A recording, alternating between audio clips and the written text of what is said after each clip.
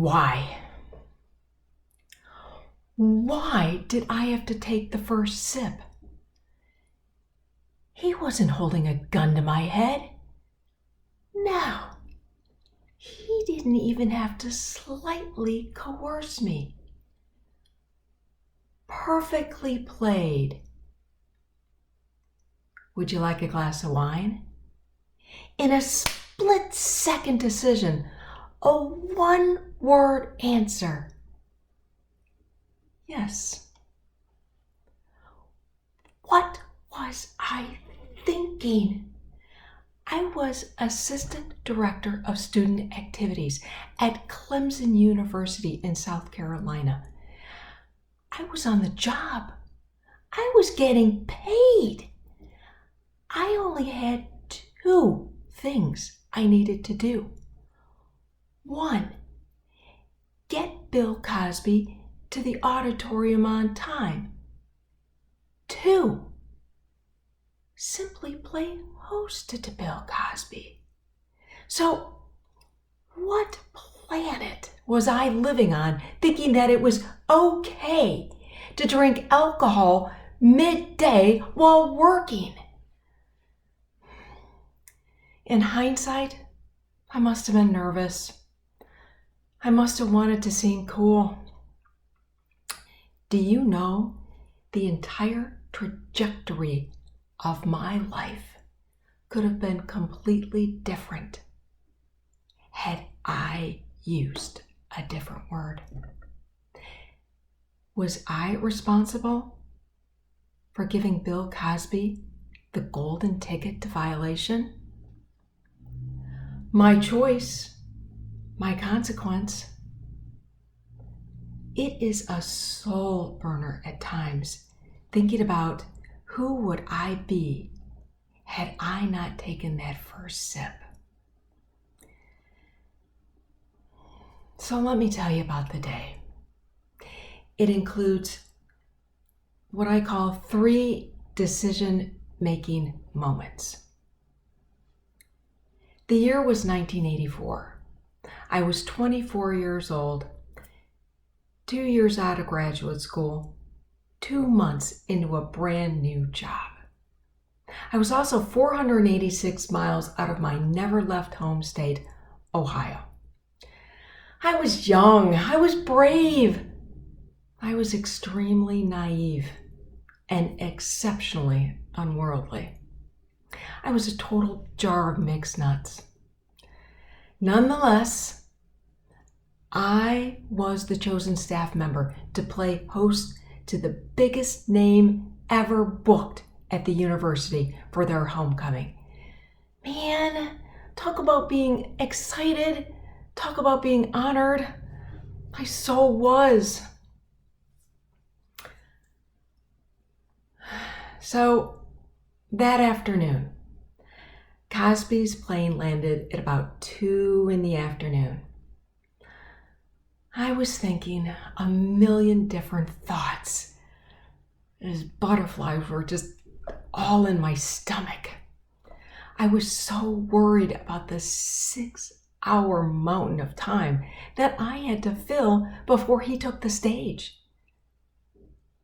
Then the door of the plane opened, and there he stood, the Grammy and Emmy award winner, now famously called America's Dad. He was even in the red Adidas sweatsuit that he wore on the opening credits of the #1 sitcom in the country, The Cosby Show. There I was, standing solo on the landing strip with a police escort security guy in the background. With a smile on my face, I nervously introduced myself. Man, he was warm and friendly from the get-go. He seemed genuinely pleased to meet me. So first thing he wanted to do was get some burgers and a Coke. Done. second thing he wanted to do was get to the hotel room. Done. So there we are at the hotel room door. Now, did I think for one hot second that he would want me to go inside? Heck no. I was thinking, he'd want to relax and chill out and get his head together before the show. Never did I think he would want to spend time with me. So that brings me to the first key decision-making moment. Come on in, he said with a big smile. Thank God my thoughts are silent. And just like that, I made a decision to walk through the door and be alone in an enclosed space with Bill Cosby. Picture a room with 1960s ambiance. There was a small bathroom, 2 beds, 2 twin beds, a table in between with a lamp. In the corner was a table with a gift basket on it that had a bottle of wine in it and a small TV. When he offered right away to open up the bottle of wine and poured me a glass, little did I realize I was opening up Pandora's box. Brings me to the second key decision-making moment. Cosby made a left field statement, pointing and looking at the 2 twin beds. This bed is yours. This bed is mine. What was I? That's what I was thinking. I was hoping that my face would reveal okay, that was super weird to say. So I just gave him a nod and said, okay, fine by me. Little did I know that within the next 6 hours, my life would change forever. Let's pause for a second. I want you to remember, this is in the 1980s. Okay, there was no Me Too movement. The words date and rape weren't even strung side by side. It was still the untamed west of sexual experiences. That brings me to the third and final pivot decision-making moment, which has several different components. Okay. So as time continued, he kept pouring me glass after glass. Never did I notice that he never drank anything. He also at this time could have put in a possible pill. I was getting pretty woozy and tired. His plan was working. He asked me if I wanted to take a nap. Heck yeah! At this point, it was clear I had completely lost sight of what I was doing. Did I even care about getting him into the auditorium? No. Did I even know what time it was? No. Was I completely out of control? Yeah, I was. So he told me that I could lay down on his bed. With all inhibitions gone, I fell onto the bed. He then asked me if I liked back rubs or tummy rubs. Despite my declining incoherence, a twinge went off inside of me with that question. I didn't know what to say. So I said, I guess back rubs. So he puts his hand on my shoulders and just kind of rubs it around. And then quickly he said, well, it's my turn and I want a tummy rub. He lifts up his shirt and jacket to expose his skin. Oh man, that second twinge came and it was even stronger. I didn't know what to do. I didn't even know what a tummy rub was. So I took my hand and I just made circles on his stomach really awkwardly.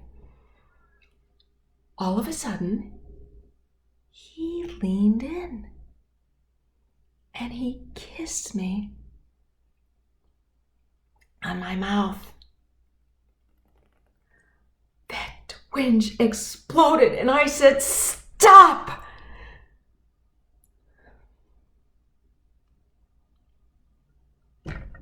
My world then went black.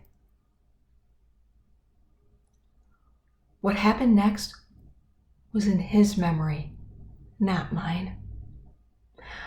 I would give anything to erase his fingerprints that not only touched my skin, but the depths of my very being.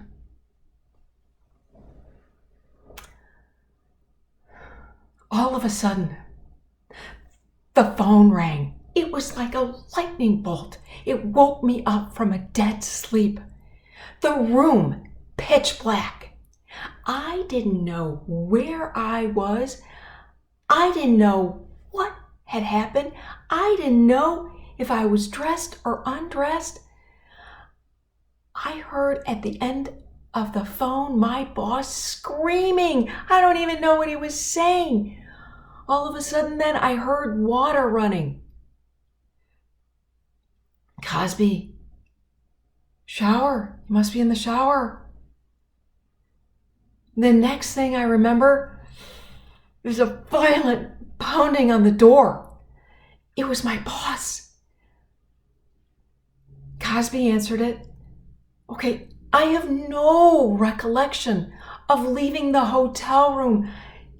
None getting into the police escort car. The only thing I remember is I was sandwiched in between Cosby and my boss. I put a death grip on my boss's hand to try and convey non-verbally, I was scared. I was confused. I didn't know what was going on. I don't remember getting out of the car and walking to the auditorium. I do remember walking down the auditorium, this infinite-like corridor with all my coworkers and students, familiar faces that I couldn't even see because everything was so blurry. We got to the locker room where we had set up a photo op. Cameras, noise, people talking, chaos. I was in a haze. The next thing I remember, everyone was cleared out and I see my boss and Cosby in the corner. My boss was in Cosby's face, asking him, "What's going on with Patty? What's the matter with her?" The next thing I knew, Cosby was walking in front of me. He shrugged his shoulders and mouthed the words, "I'm sorry." Then I heard the roar of the crowd. Cosby had taken Sage. How could anyone in their right mind perform a comedy routine after what he just did to me? Nobody talked to me that night about what had happened that I remember. A police escort drove me home. My bedroom was on the second floor. I woke up in the middle of the stairs. I didn't even make it to the landing nor my bedroom. I passed out cold on the way to my bed.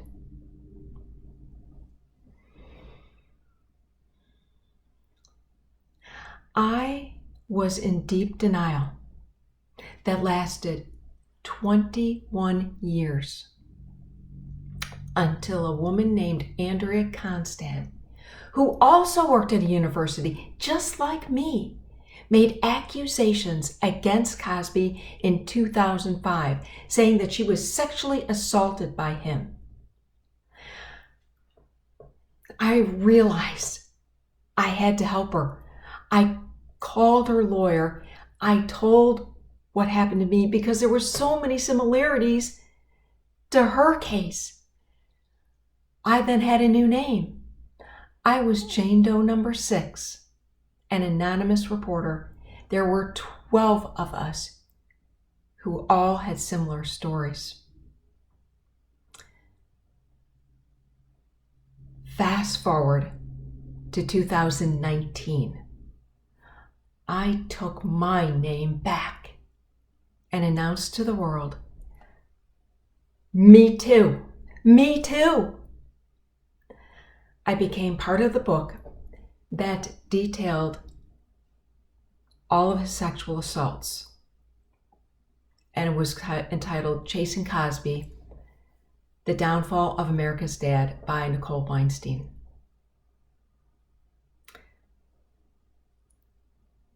What would have happened had I not taken the first sip?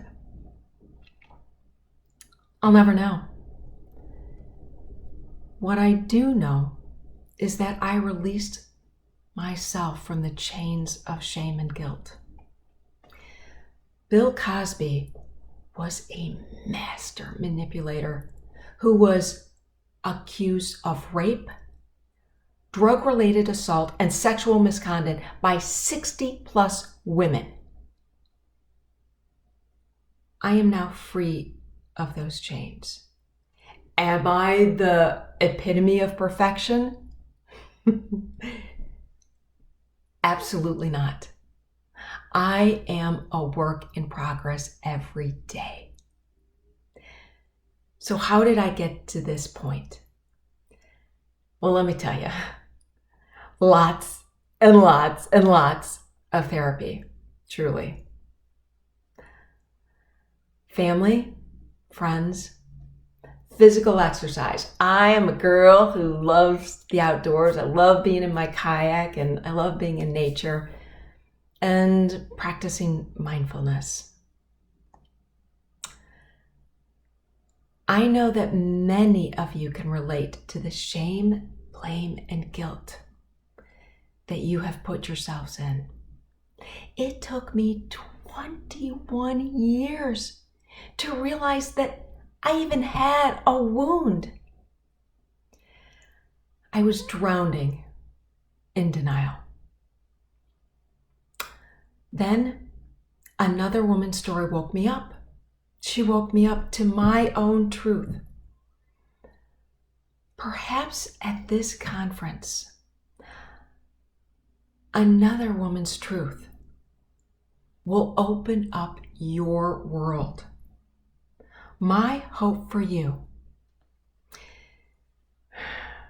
is that you receive whatever it is that you need to help you move forward towards ultimately healing, reaching a place of self-love and self-acceptance. We are here together to listen, share, and grow, and connect to move forward one step at a time. Have the strength and courage to ask for help.